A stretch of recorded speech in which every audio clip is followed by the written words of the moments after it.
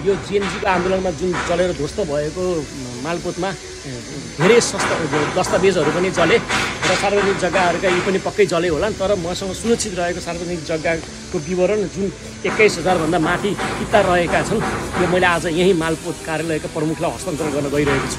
मसँग भएको यो पोखरामा भएको सार्वजनिक जग्गाको विवरणहरू जुन मैले सूचनाको हक प्रयोग गरेर यही मालपोत कार्यालयबाट प्राप्त गरेको थिएँ, आज यही सार्वजनिक जग्गाको विवरण जुन यो जेएनजी आन्दोलनमा चाहिँ यो सबै श्रेष्ठहरू कतिपय जले र नष्ट भए मालपोतका र निजी जग्गाको हकमा चाहिँ सबै व्यक्तिहरूलाई चाहिँ एउटा आफ्नो चिन्तन हुनु चाहिँ स्वाभाविक नै हो, तर सार्वजनिक जग्गाको हकमा चाहिँ म चाहिँ अलिकति सार्वजनिक विषयवस्तुमा र सार्वजनिक जग्गा संरक्षण विषयमा पनि अभियानमा लागेको हुनाले आज मसँग भएको सार्वजनिक जग्गाको विवरण आज मालपोतको हाम्रो हाकिम सरलाई चाहिँ यो उपलब्ध गराउनु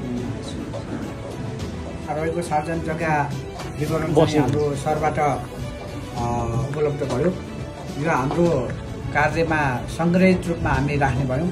यो जेएनजीको आन्दोलन पश्चात यस कार्यमा रहेका सम्पूर्ण कागजातहरू चलि नष्ट भएको बेला उहाँले यो सार्वजनिक जग्गाको के अरे विवरण उपलब्ध गराई सहयोग गर्नुभएकोमा उहाँप्रति हाम्रो कार्य परिवार हार्दिक आभार प्रकट गर्दछ।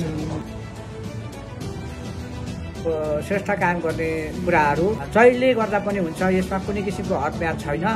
तपाईँहरूलाई जहिले फुर्सद हुन्छ, फुर्सदको बेला अनुकूल मिलाएर मात्र जग्गा श्रेष्ठ कायम गर्न आइदिनु होला र मलाई हतार छ, मेरो जग्गा जान्छ, हराउँछ भन्ने चाहिँ नगर्नु होला। आफ्नोसँग भएका कागजहरू सुरक्षित साथ राख्नुहोस्, अनुकूल समय मिलाएर मालपोत कार्यालयमा आउनुहोस् अनि श्रेष्ठ कायम गरी जानु होला, किनभने आफ्नो फुर्सदको समय मिलाएर मात्रै आउनु होला। जहिले गर्दा पनि हुन्छ, हदम्याद लाग्दैन। अनि यो श्रेष्ठ पूर्जा कायम गर्दा कुनै किसिमको दस्तुर चाहिँ मालपोत कार्यालयमा बुझाउनु पर्दैन। हुन्छ, धन्यवाद। म जानकारी गर्छु। धन्यवाद।